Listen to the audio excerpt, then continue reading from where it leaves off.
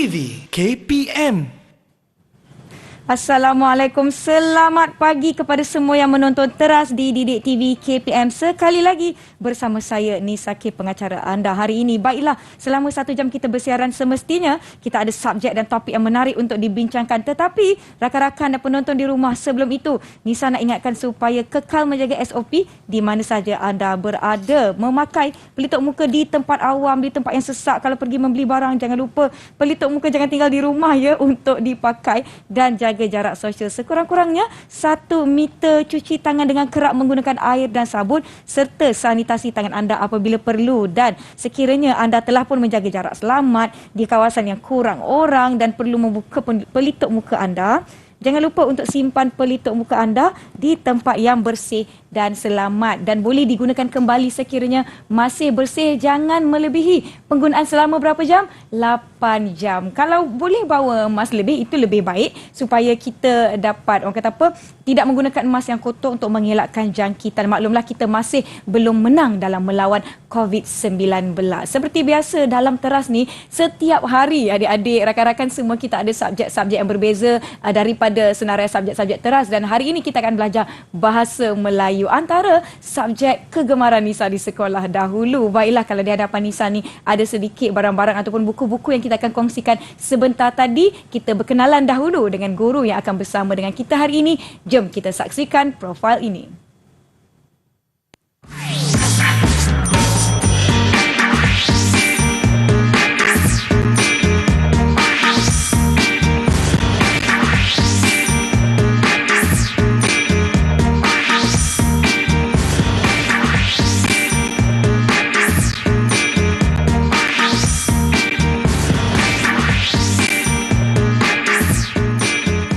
Baiklah, kita ingin mempersilakan Cikgu Jalil, atau kalau nama saya Nisa K, Cikgu ni mesra disapa Cikgu J daripada PPD Hulu Langat yang merupakan penolong PPD Unit Menengah dan Tingkatan 6. Apa khabar Cikgu? Khabar baik. Alhamdulillah. Pagi ni okey ya, ceria semangat ya? Alhamdulillah semangat. Ya, saya rasa Cikgu pun tak sabar nak berkongsi. Ada beberapa buku yang saya agak tertarik nak tanya. Yang ini semua tahulah. Kamus Dewan. Kamus Dewan kan, kalau di sekolah dulu, kalau nak contohlah saya nak buat ayat ke, karangan ke, mesti akan rujuk kamus Dewan untuk guna perkataan bombastik Cikgu. Sebut pasal penulisan dan karangan. Hari ini topik kita adalah penulisan kreatif. Mungkin Cikgu boleh kongsikan sedikit mengenai topik kita pada hari ini? Hai, Assalamualaikum warahmatullahi wabarakatuh dan salam sejahtera. Salam transformasi pendidikan. Saya tertarik pada ayat bombastik. Perkataan bombastik sebenarnya bukan bombastik. Dia kalau katakan bombastik tu dalam maksud dia ialah perkataan yang maksud dia macam terlalu ni tapi jauh simpang maksud. Jadi dia sebenarnya ialah ungkapan bahasa indah. Dalam bahasa penulisan kreatif ni kita bukan menggunakan perkataan bombastik, kita menggunakan ungkapan bahasa indah. Ungkapan bahasa indah. Itu ialah Tata Bahasa Dewan, dan 3 buku yang tersusun rapi ini ialah Tata Bahasa Dewan yang menjadi rujukan utama untuk membetulkan konsep-konsep tata bahasa bahasa Melayu. Dan 2 artikel ini kaitan dengan tema kita pada hari ini, iaitu tema co-curriculum. Baiklah, saya rasa saya tidak berseorangan Cikgu. Betul. Saya mestilah nak ajak rakan-rakan saya untuk sama-sama beraktiviti, mengulang kaji, dan yang di rumah pun boleh turut sama mengikuti mata pelajaran kita pada hari ini, iaitu Bahasa Melayu Penulisan Kreatif, dan tema kita adalah Co-curriculum. Saya tertarik dan berminat nak tahu rakan-rakan saya ni kalau di sekolah mereka sertai co-curriculum apa, persatuan apa. Jom kita mempersilakan rakan-rakan dari Sekolah Sultan Alam Shah Presin 1 Putrajaya. Assalamualaikum, selamat pagi. Hai. Hai. Semua bersemangat semua. Elok-elok masing-masing kacak ya. Kalau pergi sekolah macam ni lah ya, bersiapnya. Bukan main rakan-rakan kita. Baiklah, jom kita berkenalan dengan mereka. Kita mulakan dengan siapa nama tu ya? Adam, silakan. Mereka ada pantun kalau tak salah saya. Ada pantun? Wah, okey, silakan. Silakan Iqbal. Senja hari sudah petang. Anak rusa lari mengejar. Kami ucapkan selamat datang. Niatkan hati untuk belajar. Assalamualaikum warahmatullahi wabarakatuh. Nama saya Luis Iqbal bin Syahril, berumur 15 tahun. Memandangkan tajuk kita hari ini berkenaan dengan aktiviti co-curriculum, saya menyertai Cadet Bomber. Cadet Bomber. Terima kasih Iqbal, terima kasih pantunnya. Seterusnya rakan yang lain perkenalkan diri. Boleh sebut nama dan mereka akan teruskan. Silakan teruskan. Nama saya Syami Akil Bisharin. Saya berumur 15 tahun. Dan unit uniform saya ialah pengangkap. Pengangkap. Baik. Bukan penangkap Pengangkap. Seterusnya. Saya. Ya, silakan. Okey. Berburu rusa ke tengah hutan. Rusa ditinggal dimakan macan. Salam kenal teman-teman. Assalamualaikum, saya ucapkan. Nama saya Muhammad Syazmi Laiman bin Syamsul Zahar dan pengakap pula merupakan unit beruniform yang saya sertai. Pengakap juga. Pengakap juga. Okay, silakan seterusnya. Siapa rakan kita nak perkenalkan diri? Saya. Ya, silakan. Ke Pekan Kuala membeli bingka. Sayang pesanan terlupa sudah. Majlis bermula tirai dibuka dengan alunan madah yang indah. Bismillahirrahmanirrahim. Assalamualaikum warahmatullahi wabarakatuh. Nama diberi Muhammad Adam Daniel bin Mazani. Berumur 15 tahun dan badan uniform saya ialah taekwondo. Taekwondo. Wow. Seni mempertahankan diri. Ya, betul. Baiklah, terima kasih. Seterusnya, Saya. silakan. Bunga mawar, bunga melati. Aroma wangi di depan pintu. Salam pembuka dari kami. Assalamualaikum warahmatullahi wabarakatuh. Nama saya Muhammad Airil Hazman bin Muhammad Zaid. Saya berumur 15 tahun dan saya menyertai pasukan Cadet Bomber. Cadet Bomber juga. Ya, ada Kawan lah tu yang pengakap. tadi. Tadi Pengakap-pengakap Cadet Bomber. Yang terakhir sekali, siapa? Ada lagi seorang. Hai, silakan. Assalamualaikum warahmatullahi wabarakatuh. Sebelum saya perkenalkan diri, saya mahu kongsi suatu perkara tentang orang yang hebat. Orang Silakan. yang hebat ni bermaksudnya dia kata sebelum dia pergi. Maksudnya apa yang dia kata tu selaras dengan tindakannya. So kalau kita nak berjaya, kita kenalah bersungguh-sungguh. Bukan Ya. kata je kita nak berjaya. Okey, lama pula bercerita. Izinkan saya perkenalkan diri. Silakan. Nama saya Abdul Syafiq bin Abdul Farouk, pelajar tingkatan 3 Sekolah Sultan Alam Shah dan saya merupakan ahli taekwondo di sekolah saya. Dua taekwondo, dua pengakap, dua cadet bomber. Kalau saya dulu di sekolah kadet remaja sekolah KRS. Cikgu-cikgu tadi kan rakan-rakan kita duduk berpantun-pantun, saya naklah beli nak pantun. mula juga dengan pantun. Tapi maaflah kalau ada salah silap tata Ya, bahasa. Maklumlah pantun silakan. 2 minit. Pagi hari singgah ke pekan, membeli beras di dalam guni. Selamat datang kami ucapkan ke Didik TV pagi ini. Ya. Selamat datang juga kepada semua yang menonton kami di rumah. Baiklah, kita pergi dahulu ke sebuah video khas yang kita ingin kongsikan kepada semua penonton, iaitu berkenaan dengan topik kita hari ini. Ya. Jom kita saksikan. Pendapat saya, penulisan kreatif adalah apa-apa karya yang ditulis yang bertujuan untuk meluahkan pemikiran, perasaan dan emosi. Berbanding dengan hasil penulisan yang hanya bertujuan untuk memberikan maklumat kepada pembaca. Penulisan kreatif juga boleh ditakdirkan sebagai pengungkapan pemikiran dan perasaan yang disampaikan oleh penulis dengan cara yang amat imajinatif. Seraya unik dan indah bunyinya. Pada pendapat saya, penulisan kreatif ialah apa-apa penulisan yang bertujuan untuk menyatakan pemikiran, perasaan dan emosi berbanding dengan hanya memberikan maklumat. Penulisan kreatif juga boleh ditakdirkan sebagai pengungkapan pemikiran dan perasaan penulis dengan cara yang imajinatif, seraya unik dan indah. Seperti yang kita tahu, penulisan kreatif ni ialah seperti sajak ataupun puisi. Jadi pada pendapat saya, penulisan kreatif ni amatlah bermanfaat kepada kita kerana ia mendedahkan kita kepada penggunaan bahasa yang lebih menarik ataupun kreatif. Selain itu, banyak di antara hasil-hasil penulisan kreatif ini yang berkongsi nilai-nilai murni ataupun pengajaran yang boleh kita ambil sebagai panduan hidup. Ya, itu dia perkongsian rakan-rakan kita mengenai subjek kita hari ini. Topik kita penulisan kreatif. Ada yang kata boleh berkongsi nilai-nilai pengajaran, nilai-nilai muara. Mungkin Cikgu J boleh kongsikan kepada kita semua hari ini apa antara objektif ataupun sedikitlah pengenalan tentang penulisan kreatif. Baiklah. Hari ini kita akan terus dengan pembelajaran penulisan kreatif. Ya. Sebenarnya penulisan kreatif ini terlalu kompleks. Ya. Di hari ini kita ambil penulisan kreatif ini untuk menulis karangan. Karangan. Apa yang ingin saya bawakan hari ini ialah penulisan karangan terus kepada kaedah. Kaedah. Kaedah ini yang saya perkenalkan ialah kaedah PIK. PIK, apa itu PIK? Pendahuluan, isi dan kesimpulan. Yang diadaptasikan lukisan orang lidi dengan dalam penulisan karangan. Dan inovasi ini pernah memenangi anugerah inovasi emas pada tahun 2019. Pendahuluan, isi dan kesimpulan. PIK. PIK. Jadi nak tengok terus ke?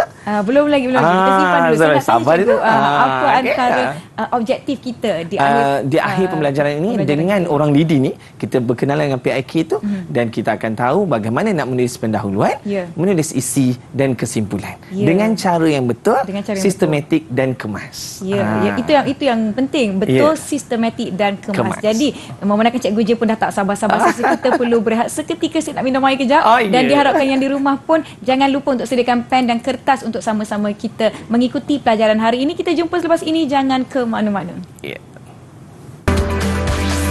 Didik TV KPM. Didik TV KPM. Kembali ke teras di Didik TV KPM. Hari ini subjek kita bahasa Melayu dan kita akan membincangkan mengenai topik penulisan kreatif. Tadi Cikgu J ada sebut mengenai PIK. Orang lidi. Apa yang kita nak belajar pada hari ini? Jom Cikgu J kita mulakan. Baiklah. Anak-anak dan juga ini sebenarnya program kita pada pagi ini bukan hanya untuk murid-murid. Betul. Untuk guru-guru melihat dan saya bawakan ini ialah satu inovasi dan juga kita kaitkan pula dengan aktiviti kotak misteri nanti dalam PDPC ni. Misteri. Apa yang ada nanti kita saksikan. Jadi sekarang ni kita tengok pendahuluan, isi dan kesimpulan. Kita susunkan secara urutan yang cantik dan kemas. Orang lidi saya kata tadi, ini dilukis dalam bentuk komputer, menggunakan komputer, dia tak jadilah orang lidi. Kepalanya, badan dan kaki. Tetapi sistem dia kita nampak lebih jelas begini. Jika lihat di sini, orang lidi ni dimulakan dengan kepala, kita lukiskan bulatnya, badannya, ingatkan, inilah orang lidi yang kita lukis masa zaman kanak-kanak dulu. Betul. Jadi bila kita lihat di sini, pecahan-pecahan itu saya bahagikan kepada bahagian ini pendahuluan, ini isi dan ini kesimpulan. Apabila kita melihat guru-guru mengajar di sekolah, selalu tekankan anak-anak apabila membuat pendahuluan, jangan menyentuh isi. Apabila membuat isi, jangan sentuh pendahuluan. Jangan sentuh penutup. Di sinilah jawapan yang jelas. Dan berapa pula isi yang kita perlukan dalam sesebuah penulisan? Jelas, mungkin kebetulan.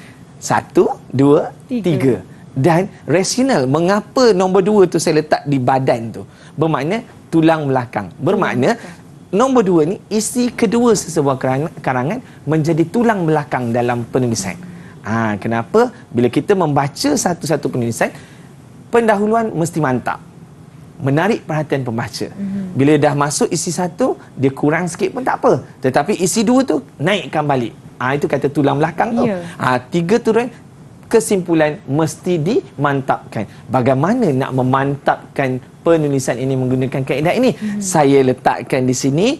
Dalam penulisan kita bahagikan pendahuluan kepada 3 bahagian, iaitu isu, hangatkan isu dan juga kehendak soalan. Apabila nak mengutarakan isu, saya bekalkan 3 perkataan. Negara, pembangunan dan manusia. Jadi namun isu dan definisi isu yang membezakan murid-murid dengan murid-murid yang lain ialah definisi isu bagi satu-satu perkara tu. Jadi saya bekalkan negara. Bila kita mulakan pendahuluan, murid akan mulakan dengan perkataan pada era globalisasi. Contohlah sekarang kan, dalam era langit terbuka. Jadi mereka mula dalam era globalisasi ini, negara kita semakin maju, pembangunannya semakin rancak, manusia pula semakin hari semakin bijak. Cikgu, saya rasa perkataan globalisasi itu perkataan kegemaran lah. Wah, kalau mula dengan globalisasi tu nampak gas sikit kan. Itulah kita kata itu bukan bombastik, itu ialah ungkapan bahasa indah. Ungkapan bahasa indah. Okey, jadi bila kita melihat kepada tiga-tiga elemen itu, negara semakin maju, pembangunannya semakin rancak, manusia pula semakin hari semakin bijak. Namun tu maknanya jika kita meletakkan isu yang positif, contoh macam gotong royong. Namun aktiviti gotong royong semakin kurang diamalkan. Jika isu itu isu yang negatif, gejala buli, namun gejala buli semakin berleluasa dalam kalangan remaja. Nampak? Bermakna murid-murid meletakkan perkara itu dulu dalam isu.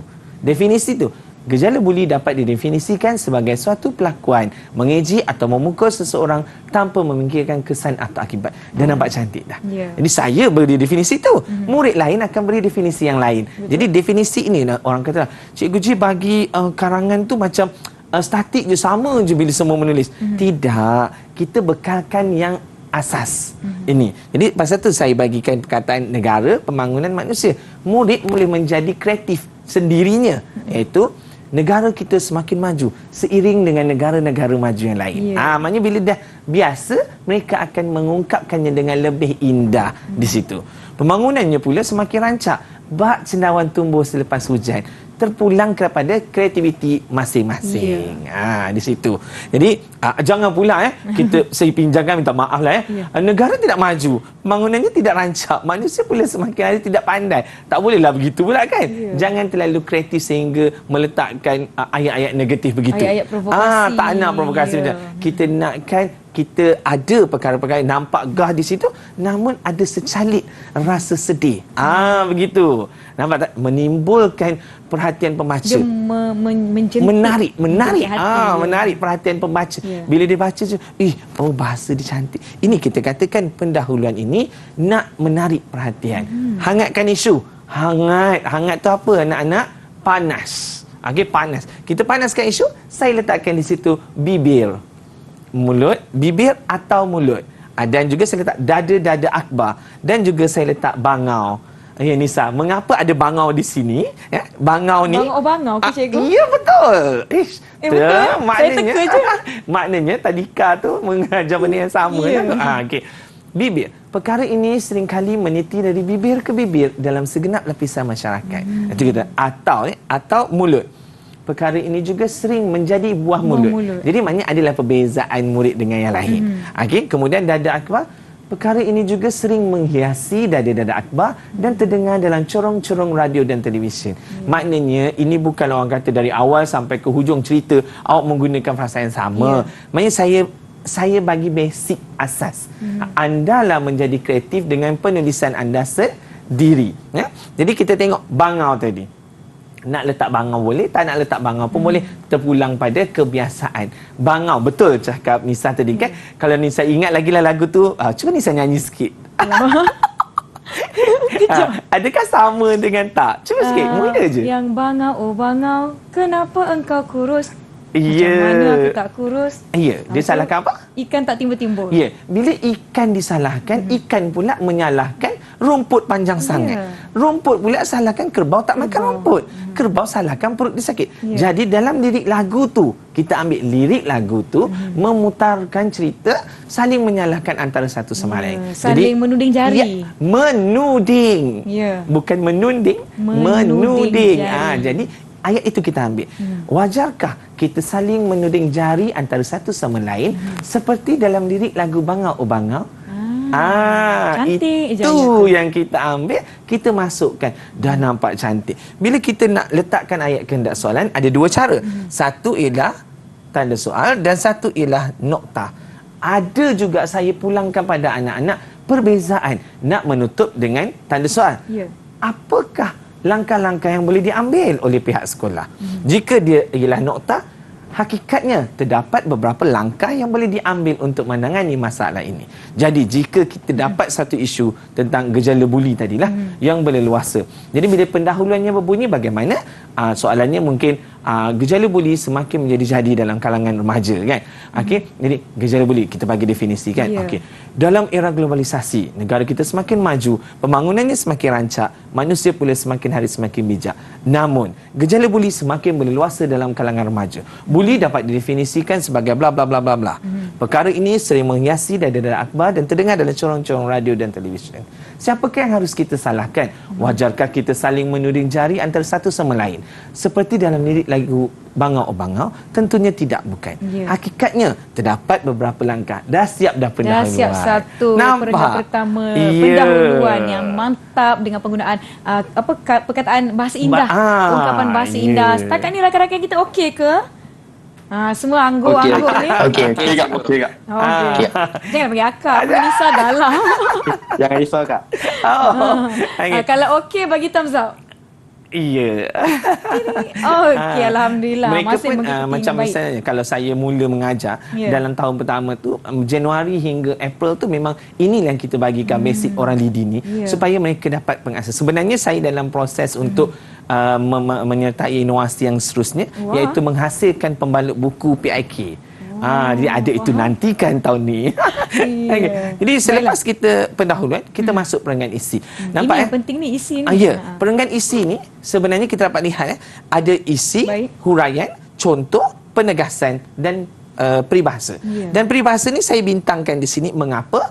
Peribahasa tidak wajib untuk setiap perenggan. Kalau ada lebih baik. Yang penting peribahasa itu berkaitan lah dengan isi. Kalau tidak ada, tak ada masalah. Jangan setakat campak je lah peribahasa nak nampak sedap. Tapi sebenarnya dia bukan peribahasa. Dia sebenarnya ungkapan bahasa menarik atau bahasa indah. Dan ingat tak tadi saya letakkan di ayat pendahuluan ni, negara semakin maju, pembangunan semakin rancak, manusia semakin bijak. Jadi di situ saya dah letak ungkapan bahasa indah bahawa saya menggunakan repetisi, iaitu pengulangan tengah baris. Di situ ialah ungkapan dah cantik. Jadi sebenarnya ungkapan itu bukan peribahasa saja. Maknanya tidak terhad kepada peribahasa. Ya, isi ni saya tak huraikan dengan jelas. Mengapa? Apabila anda hendak menghuraikan sesuatu perenggan isi, jika ni saya ingatlah kalau cikgu kita ni sama, saya SPM 98, Nisa 2008 tu, maknanya jikalah guru kita masih lagi sama kan, guru kita menggunakan kaedah 5W1H. Tanya, kalau 5W bahasa Inggerisnya what, why, when dan sebagainya. Tapi kan? bila sekarang kan, kita dengar bila bagi ceramah kan, murid akan cakap apa? 5 wife, 1 husband. Wah gitu kan. Ini bila murid-murid cakap macam tu, saya kata, hey, kenapa cakap macam tu? Bukan. Biarlah nampak alim sikit. 5 waktu solat satu hari. Sejuk sikit hati tu kan. Ya, betul. Baiklah, Cikgu J, sebelum kita menghuraikan lagi berkenaan 5 waktu solat satu hari ni, kita berhenti rehat dahulu. Jangan ke mana-mana, kembali selepas ini teras di Didik TV KPM.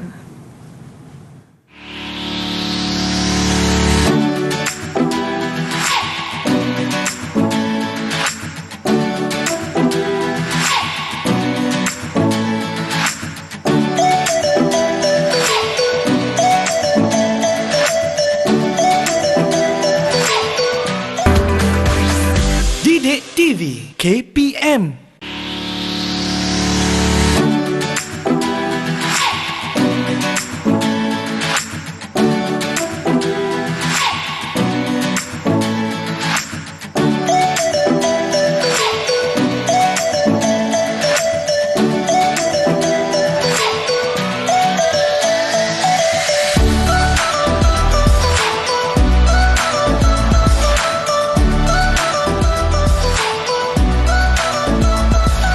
Masih menonton teras di Didik TV KPM. Diharapkan yang di rumah turut kekal fokus. Setakat ini kita dah belajar mengenai pendahuluan, isi dan kita akan pergi kepada kesimpulan. Jom Cikgu J, kita teruskan. Tanpa membuang masa lagi kita terus kepada kesimpulan. Kesimpulan dia ada dua perkara yang sangat penting di situ, iaitu cadangan dan harapan. Tetapi saya nak tegaskan, harapan ini dia bukannya harapan saya berharap, itu bukan. Harapan tu sebenarnya ialah kesan. Maknanya bila semua orang bekerjasama menangani gejala buli, apa kesan dia? Itu. Jadi kita tak nak letak cadangan dan kesan. Nanti murid terdedah kepada perkataan kesannya, dan tak nak. Kita letakkan cadangan tetap juga dengan ayat harapan, tetapi ayat harapan itu ialah oleh itu. Kesan isu kepada individu, masyarakat dan negara. Di sini juga saya letak juga perkataan-perkataan ungkapan bahasa indah tu. Contohlah perkataan cadangan tu, bahu, hati, suara. Jadi kesimpulannya, semua pihak haruslah berganding bahu. Bersatu hati dan sebulat suara dalam menangani apa. Jadi itu pun dah merasakan berungkapan indah. Ke bukit sama didaki, ke lurah sama dituruni. Jadi tiada masalah yang tiada jalan penyelesaian. Jadi di situ kita dah nampak cantik dah. Kita lihat kepada contoh soalan. huraikan pendapat anda tentang kebaikan-kebaikan pusat sumber sekolah. Nah, saya bekalkan juga di sini perenggan pendahuluan. Nampak? Di sini. Mengapa saya gariskan bahagian ini? Bahagian ini yang akan membezakan murid dengan murid yang lain. Iaitu definisi. Kita lihat di situ. Dan juga bawah ni untuk ayat kehendak soalan. Jadi terpulang pada anak-anak bagaimana hendak menggunakannya dengan cara yang tertib dan kemas yang saya maksudkan maknanya tadi. kita kena letak kehendak soalan di bahagian akhir pendahuluan supaya kita nak beritahu kerangan itu berkenaan apa. Jadi di sinilah kesilapan meja yang biasa murid-murid lakukan, iaitu dia meletakkan, murid-murid biasanya kehendak soalan dia letak dekat perenggan isi yang pertama. Isi yang pertama tu terus kepada isi. Contohnya ni perenggan isi. Di sini kita dapat lihat yang saya telah bekalkan dalam pelbagai bentuk warna di sini menunjukkan isi dimulakan dengan kata kunci. Kemudian huraian 5W1H dan contoh tu disekalikan 5W1H tadi. Apa, bila, mengapa, di mana, siapa dan bagaimana. Jadi lihatkan ni semua saya bekalkan supaya anak-anak dapat menulis dengan tertib dan kemas dan jangan salahkan saya. Saya tak cakap apa-apa. Tak. Ini tidak statik. Maknanya dia boleh mula dengan contoh, dia boleh mula dengan peribahasa, terpulang pada kebebasan, itu namanya kreativiti. Dan juga bergantung kepada pengetahuan seseorang pelajar itu. Kalau dia jenis rajin membaca, mungkin pilihan ayat lebih. dia contohnya lebih luas. Jadi kita ini perenggan satu, tetapi saya tidaklah lokek. Orang kata kan, saya bekalkan pula melihat daripada perspektif yang berbeza. Bermakna setiap pendahuluan murid mulakan setiap isi tu murid mulakan dengan penanda wacana yang cantik. Bukan lagi selain itu, di samping itu. Tak nak. Kita melihat daripada perspektif yang berbeza dan juga setiap pemula ayat bagi perkataan contoh. Pakai ayat misalnya. Nampak? Tuntasnya ini untuk ayat penegasan. Dan saya ingatkan tuntas tu maknanya ringkasnya. Elaklah guna dekat kesimpulan. Jadi perenggan isi yang ketiga, yang ini sama juga jika kita telusuri daripada pandangan yang lain. Kemudian isi yang keempat. Mengapa saya bagi 4? Untuk PT3 atau menengah rendah ni ada guru-guru yang meminta muridnya menulis dalam 4 perenggan isi. Ada murid-murid yang 3 perenggan isi terpulang. Tetapi 3 sebenarnya dah cukup mantap untuk karangan yang kemas. Jadi kesimpulan saya bekalkan perkataan konklusinya. Jadi konklusinya atau intihanya. INTIHANYE. Jadi di sini kita dapat lihat, ingat ya, setiap yang saya garisi, maknanya setiap yang saya gariskan itu yang menunjukkan pendapat yang luar biasa daripada anak-anak sendiri. Jadi dah nampak kemas, ada pendahuluan, isi pun saya dah bekal-bekalkan. Jadi murid-murid pun dah nampak perkara itu dan jelas. Bolehlah kita terus kepada simulasi. Ini yang saya nantikan nak tanya rakan-rakan kita. Sengih je semua dah bersedia bolehlah ke kita, ni? adakah anak-anak semua dah bersedia? Kalau dah bersedia, thumbs up. Dah. Jadi kita akan mulakan simulasi. Boleh mulakan? Silakan. Assalamualaikum Iqbal. Waalaikumsalam Syamil. Kenapa kau tak datang Koko semalam? Malaslah Koko. Bukannya ada faedah pun. Buang masa je. Betul tu, buang masa je. Jangan macam tu. Koko ni sebenarnya banyak faedahnya. Betul tu Adam, saya setuju kenyataan kamu. Sebenarnya, terdapat pelbagai faedah yang boleh kita ambil jika kita menyertai aktiviti co-curriculum. Nampak? Sebenarnya terdapat pelbagai faedah. Tadi yang kawan tu ada geng. Buang masa. Biasanya murid-murid akan cakap buang masa. Bosan semua. Dan apa yang mereka cuba bawakan itu apa yang mereka cuba bawakan itu ialah dunia semasa. Dunia semasa hari ini yang melihat kepada aktiviti Koko tu sangat membosankan dan tidak mendatangkan apa-apa faedah. Nasib baiklah ada kawan yang jomlah, ada faedah. Janganlah macam tu. Macam saya lah dulu. Jomlah, kawat petang-petang walaupun panas. Bayangkan tak Nisa berkawat? Jangan. Okey. Nah, kita terus kepada aktiviti PDPC hari ini. Kotak misteri ini ke? Kotak misteri ni Ya, cikgu? Dari tadi dah inilah saya kotak jeling-jeling misteri. je. Apa Sebenarnya isi Nisa dalamnya? untuk pengetahuan semua. Ya. Nisa sendiri pun tak tahu apa yang ada dalam ni. saya tak Anak-anak, tahu. anda semua tahu ke apa dalam ni? Jadi tak tahu. Ya, Tak tahu. sebenarnya aktiviti ni saya pernah bawakan. Bila saya bawa je kotak ni, kawan murid-murid akan fikir, cikgu apa yang ada dalam kotak tu? Depan ni gambar saya lah. Ya, takutlah cikgu sebab ada gambar cikgu saya jadi cenderung sikit. 1, 2, 3. Juadah raya ke? Bukan. Teman-teman nak puasa ya cikgu. Ini bukan juadah hari raya sebenarnya. Jadi ini sebenarnya ialah salah satu daripada BBM, bahan bantu mengajar saya. Okey, baik. Dan kalau kata kaedah PIK tadi telah membawa saya memenangi inovasi emas dalam pertandingan kebangsaan. Kotak misteri ini membawa saya memenangi anugerah pendidik kreatif sekitar 2017 anjuran berita harian. Bahan bantu mengajar. Ya, BBM. Okey. Yang ini sebenarnya ada set induksi dan juga ada aktiviti-aktiviti murid. Jadi anak-anak, soalan saya dulu. Yang pertama, kita buka induksi Nampak di sini, Nisa boleh tolong baca tak apa yang ada kat sini tu? Okey. Berikan pendapat anda tentang aktiviti co-kurikulum di sekolah anda. Kuat sikit. Ulang balik Nisa, biar diorang dengar. Soalannya, berikan pendapat anda tentang aktiviti co-kurikulum di sekolah anda. Siapa nak jawab? Siapa nak jawab? Saya juga. Silakan. Pada pendapat saya, aktiviti kurikulum ni terbahagi kepada 3 cabang, iaitu sukan permainan, unit uniform dan kelab persatuan. Bagus. Bagi saya, aktiviti sukan permainan dapat melahirkan murid yang mempunyai badan yang cergas dan minda yang cerdas. Okey, bagus. Boleh tepukan dekat lu. Lu Iqbal, tahniah. Okey, ada yang lain? Pendapat yang lain? Saya rasa jawapan dia tak habis lagi cikgu. Ada tak lagi? apa, kita minta yang poin tadi tu je. Okey, yang lain? Poin tu je. Yang lain? Bagi pendapat saya pula, aktiviti kurikulum ni dapat mendisiplinkan murid dan membuat murid lebih patuh pada masa. Itu pendapat daripada kawan dia pula. Terima kasih Syamil. Okey, Syamil. Okey, yang lain kita ambil satu lagi pendapat yang lain. Satu lagi. Siapa nak kongsikan? Saya. Silakan anda.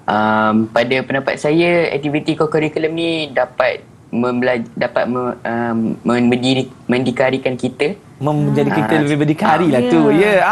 untuk buat kita lebih berdikari. Okey, bagus. Nampak? Maknanya ini industri nampak mereka dah ada pengetahuan sedia ada tentang aktiviti Mereka co-curriculum. memahami aktiviti co-curriculum itu apabila berlaku yang pertama tadi, badan cerdas, berdisiplin, berdikari. Jadi sebenarnya aktiviti ini di dalam bilik darjah macam tadi Nisa boleh bertindak sebagai ketua darjah yang dipanggil untuk membaca tadi. Jadi dia ada pula soalan misteri. Kita pergi kepada soalan misteri. Kuih tak nenas bukan? Dia sebenarnya bekas kuih bulan ni. Okey, soalan misteri. Jadi ni di sini ialah soalannya. Soalan yang berkaitan untuk anak-anak. Nisa nak baca ke saya Boleh. nak baca? Suka Nisa membaca. Saya suka membaca ni. Okey, soalannya adalah aktiviti co-curriculum semakin kurang mendapat perhatian murid. Bincangkan keistimewaan menyertai aktiviti co-curriculum. Nisa, sorry lah Nisa, maaf nak tegur sikit. Nisa, bukan adalah, ialah. Tak, bila Nisa membaca tu kan, soalannya adalah kan. Ini biasanya kesalahan-kesalahan yang berlaku major kesalahan. Ini sebenarnya kata pemberi ialah lebih sesuai untuk menerangkan konsep. Ialah konsep. Jadi contohlah, kalau adalah pemenangnya adalah salah. Sebenarnya pemenangnya ialah. Jadi ialah tu untuk orang. Adalah untuk menerangkan kata sendi atau adjektif. Macam contoh, berdirinya saya di sini adalah untuk. Jadi itu ialah. Jadi ulang balik. Okey, soalannya ialah betul. aktiviti co-curriculum semakin kurang mendapat perhatian murid. Bincangkan keistimewaan menyertai aktiviti co-curriculum. Wah, terima kasih cikgu, banyak saya belajar ini. Jadi maknanya itu soalan kan. Jadi di sini ada nombor. Kotak 1, kotak 2, kotak 3, kotak 4, 5 dan 6. Dalam 6 kotak itu ada tugasan untuk murid-murid 6 orang ni. Jadi biasanya di kelas Pak 21 akan ada 6 kumpulan dalam kelas. Jadi saya memang sediakan 6 ni untuk 6 kumpulan. Jadi di sini ada kotak undian, kita tak gunalah sebab PDPC kita norma baru kan. Jadi kita mintalah. Okey, ada siapa nak pilih nombor dulu? Di sini bermula. Saya Okey, Lut, nak pilih nombor berapa? Saya nak nombor 6 cikgu. Saya rasa. Nombor Nombor 6. Nombor bertuahdir lah ni. Nama kegemaran saya tu nombor 6. Nombor 6, ya. Lut diminta untuk membuat perenggan pendahuluan. Pendahuluan. Perenggan Boleh. pendahuluan ya. Okey Lut. Okey, teruskan Nampak dengan yakin dia? aktiviti yang kedua. Murid yang kedua. Siapa nak pilih nombor pula? Saya rasa saya nak Sila. nombor 2 lah cikgu. Nombor Syahmi 2. nak nombor 2. Okey, nombor 2. Di sini ialah isi yang pertama. Isi yang pertama. Isi yang pertama atas kata dasarnya ialah mengeratkan hubungan sesama murid. Saya ulang ya. Mengeratkan. Isi yang kedua ialah mengeratkan hubungan sesama murid. Okey. Okey, baik Syahmi, take note ya. Baik. Okey, seterusnya. Siapa lagi nak pilih nombor? Saya cikgu. Okey, Saya Adam. rasa saya Silakan, nak pilih nombor 3. Nombor 3. Okey. Menggalakkan murid belajar berdikari. Menggalakkan murid belajar berdikari. Okey, teruskan. Siapa lagi Seterusnya, nak pilih nombor? Syazmi. Saya Silakan. cikgu. Saya rasa nombor yang saya nak nombor 1 cikgu. Nombor 1. Mesti kat kelas ni saya nak nombor 1. Ya, isi juga ni. Ya. Perenggan isi yang ketiga, membantu markah murid dalam penilaian kokurikulum. Ya. Yang biasanya Okey, kita boleh, dengar cikgu. ialah dia PAJSK boleh. ya. Okey. Ya. Membantu markah murid dalam penilaian kokurikulum. Dan tinggal 2 saja Dua kotak lagi lagi. rakan kita, siapa lagi yang belum pilih? Saya nak pilih nombor 5 cikgu. Iril nak nombor 5. Nombor 5. Isi juga. Isi yang keempat. Bermakna di situ ialah membantu kecergasan fizikal dan mental. Ya. Membantu kecergasan fizikal dan mental. Dan Rakan tinggal kita- satu saja lagi, bermakna Dia tak boleh pilih. terpaksa memilih yang keempat, iaitu perenggan kesimpulan. Boleh? Perenggan Okey, kesimpulan? perenggan kesimpulan. Jadi apabila dah memberikan Ya. tugasan ini, barulah kita lihat seterusnya yang perlu dilakukan ialah mari menulis karangan. Menulis karangan. Yang di rumah pun boleh Ya. ambil nota mengenai isi-isi yang telah diberikan, kata kunci-kata Ya, kuncinya saya. untuk turut sama menulis karangan. Nanti kita akan beraktiviti Betul. bersama-sama. Di sini anak-anak anda diberikan masa. Biasanya berkaitan dengan masa Ya. menulis karangan, kita letakkan di sini biasanya 6 perenggan.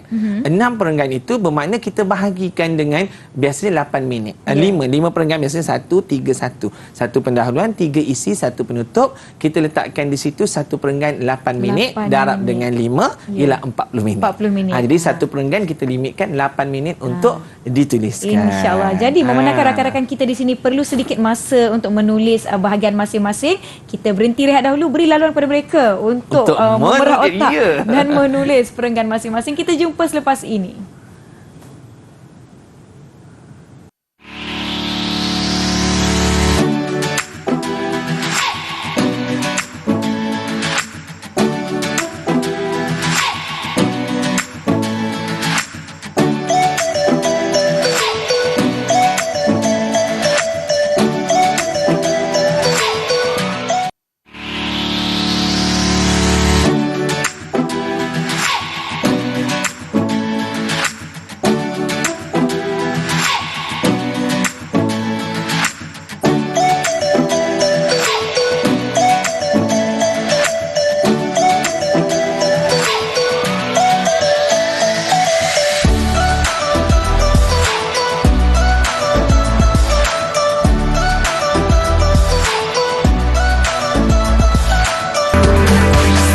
Didik TV KPM.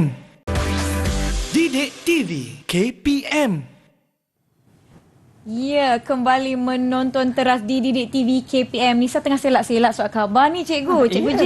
Memandangkan tema kita hari ini core curriculum, manfaat badan beruniform kan. Kalau tadi Nisa ada sebut kalau kita rajin membaca, kita dapat meluaskan pengetahuan mungkin kalau keluar soalan yang berkaitan dengan apa yang kita pernah baca, dapat membantu. Baiklah, sebentar tadi kita tinggalkan rakan-rakan kita dengan tugasan cikgu J. Soalannya, saya ulang ya, soalannya ialah aktiviti core curriculum semakin kurang mendapat perhatian murid. Bincangkan keistimewaan menyertai aktiviti core kurikulum. Jadi Cikgu J, saya nak kongsi sikit, boleh kalau salah betulkan ya. Keistimewaan ni kalau dalam soalan tu kita boleh kembangkan dia sinonimnya seperti kebaikan, manfaat dan sebagainya. Itu memang tepat. Seperti yang Nisa dah banyak belajar, dia banyak explore kata. Boleh ambil PT3 Cikgu. Perkataan yang sama maksud dengan keistimewaan, manfaat, kelebihan itu maknanya dengan aktiviti koko apa yang mereka dapat, mereka dan telah dibantu juga dengan isi-isi yang ada dalam kotak misteri tadi, mencerdaskan minda, membantu markah PJSK murid-murid dan sebagainya. Mereka telah pun siapkan jawapan dan kita boleh lihat kita lihat jawapan rakan-rakan kita. Okey. Jadi kita tengok di sini jawapan dan kita boleh meminta, ada murid-murid yang ini tugasan untuk pendahuluan tadi. Yang buat ni ialah Iqbal kalau tak saya betul Iqbal Betul siapa yang nak baca? Siapa nak baca? Iqbal dah buat, kita suruh rakan yang baca. Iqbal pilihlah sebab pendengar ni Iqbal yang tulis, Iqbal pilih siapa kawan nak baca. Iqbal pilih siapa yang nak baca. Macam tu ke? Okey. Sabar Ibu, saya fikir lah. Syafiq. Okey, baiklah. Boleh mula Syafiq. Baca. Syafiq jangan bersyair pula ya, laju sikit. Okey. Dalam kita menari mengikut irama rentak teknologi masa ini, negara kita semakin maju. Pembangunannya semakin rancak, manusia pula semakin hari semakin bijak. Begitu juga dengan aktiviti kokurikulum di sekolah yang mempunyai pelbagai faedah dalam kalangan murid-murid. Aktiviti kokurikulum didefinisikan sebagai gerak kerja di luar bilik darjah untuk membantu murid meningkatkan kualiti dalam akademik. Isu ini sering menghiasi dada-dada akhbar dan meniti dari bibir ke bibir dalam segenap lapisan masyarakat. Tuntasnya, terdapat beberapa faedah aktiviti kokurikulum dalam kalangan masyarakat, terutamanya kalangan murid-murid. Terima kasih. Nampak? Jadi maknanya mereka telah mengaplikasikan penggunaan PIK tadi dalam penulisan dan ini. Dan dia letak kehendak soalan tu di hujung istimewaan tu dia letak faedah. Yang tukar perkataan sinonim tadi tu. Nampak kan? Okey. Kita lihat seterusnya, juga isi yang pertama. Siapa tadi buat isi pertama tadi ya? Saya. Siapa kawan yang awak nak baca perenggan ni? Saya nak suruh Iqbal baca. Iqbal baca. Silakan. Iqbal. Kejap ayo. Sila.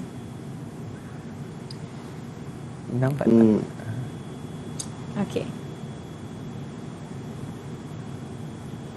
Faedah dominan aktiviti kokurikulum ialah mengeratkan hubungan sesama murid.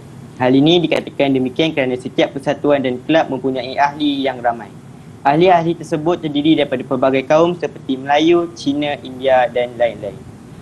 Ketika berkumpul di kawasan sekolah untuk melakukan sesuatu aktiviti, kita dapat berbincang dan bertukar-tukar pendapat serta bekerjasama untuk melengkapkan tugasan. Jadi jelaslah di sini bahawa aktiviti kokurikulum dapat mengeratkan hubungan sesama murid. Perkara ini persis peribahasa bersatu teguh bercerai roboh. Apa yang Nisa nampak di sini murid menggunakan 5W1H itu sebenarnya kalau kita menggunakan semua tu kita dapat menjawab 6 soalan sebenarnya. Tetapi sebenarnya 5W1H itu tidak perlu guna semua. Dia ada 8 minit untuk bina satu perenggan. Jadi dalam 8 minit tu seberapa banyak misalnya dia terberhenti, tak ada idea. Ditarik balik 5W1H itu, bertanya balik pada ayat yang berhenti yang terakhir. Bagaimana nak sambung? Contohlah dia kata di sini dia katakan aktivitinya mengeratkan hubungan sesama murid. Jadi dia kata di sini 5W1H ni apa mengeratkan tu? Dia melakukan aktiviti tu dalam pelbagai kaum. Nampak? Dan dalam aktiviti tu dia buat apa? Bertukar-tukar pendapat dan sebagainya. Okey, kita nak ambil semua pun boleh, tak nak ambil semua pun boleh. Tapi disebabkan kekangan masa kita ambil satu lagi isi dan satu kesimpulan. Baik. Okey, kita ambil yang kedua. Isi kedua. Siapa tadi buat isi kedua? Nampak tak? Lupa dah ke buat yang mana? Saya. Sila. Saya buat isi kedua. Sila, siapa yang awak nak baca, nak suruh baca perenggan ni? Syami Hakim. Syami, silakan baca.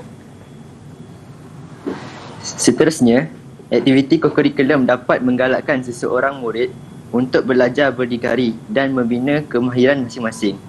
Kita boleh menyertai aktiviti yang memerlukan disiplin yang tinggi seperti kawat kaki untuk melatih kekuatan mental dan fizikal seperti mendengar dan mengikut arahan yang diberikan. pada waktu yang sama, kita perlu bekerjasama dengan rakan-rakan lain untuk mendapatkan pergerakan yang seragam dan teratur.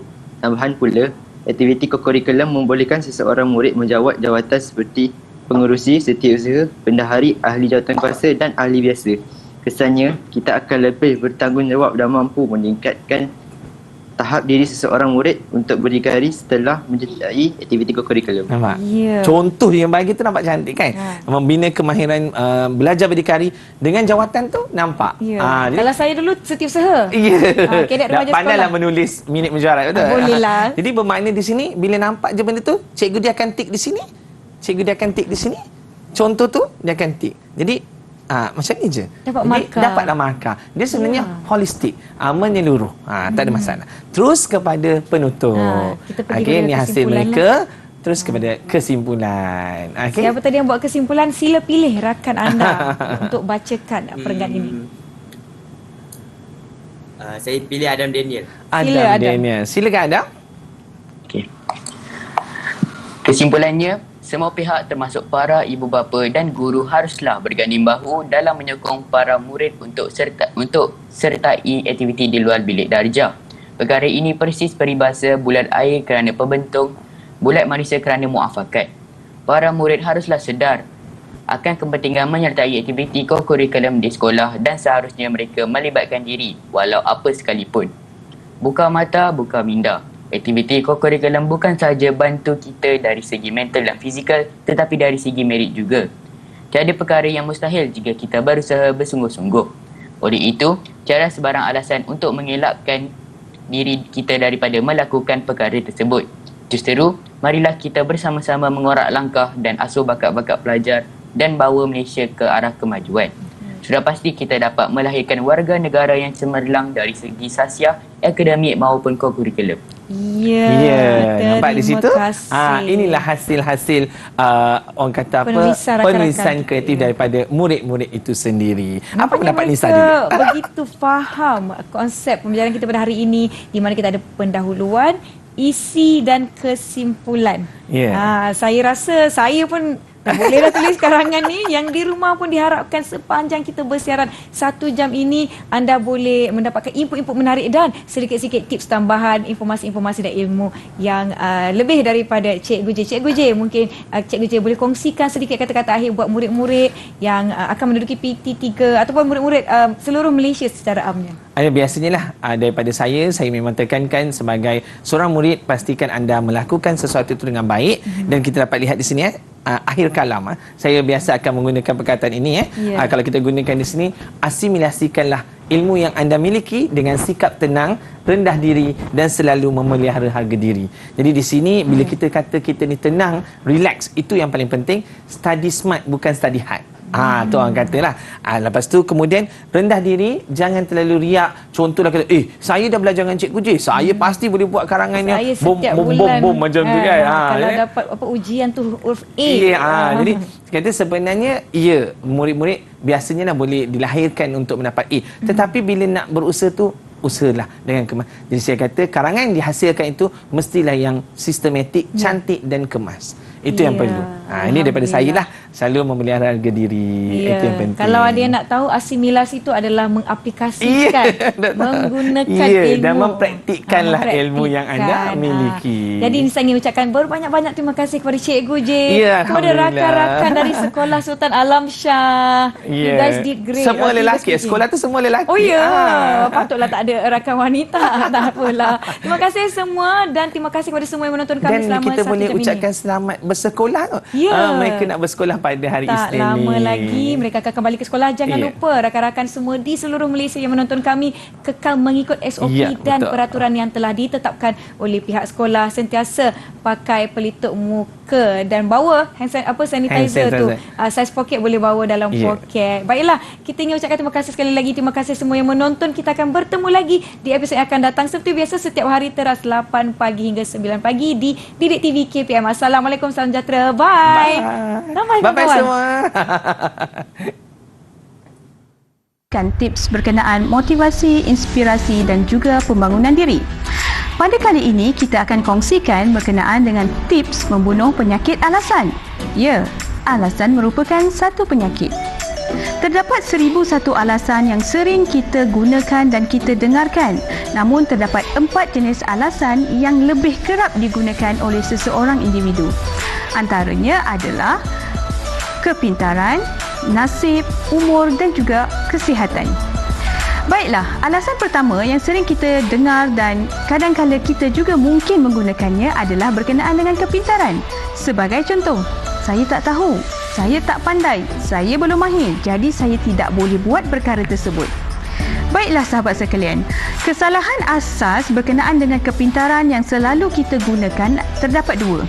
Pertama, kita selalu memandang rendah terhadap kebolehan dan kepintaran kita sendiri, iaitu underestimate. Yang kedua adalah kita terlalu menjangkakan lebih mengenai kepintaran orang lain, iaitu overestimate. Baiklah, kerana 2 pemikiran ini, seseorang itu akan merasa rendah diri. Jadi sebenarnya apa yang penting adalah bagaimana kita menggunakan kepintaran yang kita miliki daripada kita melihat tahap kepintaran yang kita perolehi. Apa yang penting adalah tindakan kita bersikap positif, optimis dan mudah bekerjasama.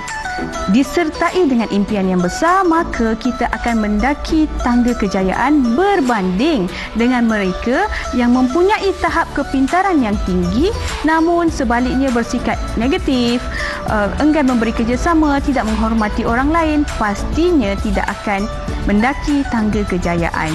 Sekian saja untuk perkongsian kali ini. Sampai bertemu lagi. Assalamualaikum dan salam sejahtera.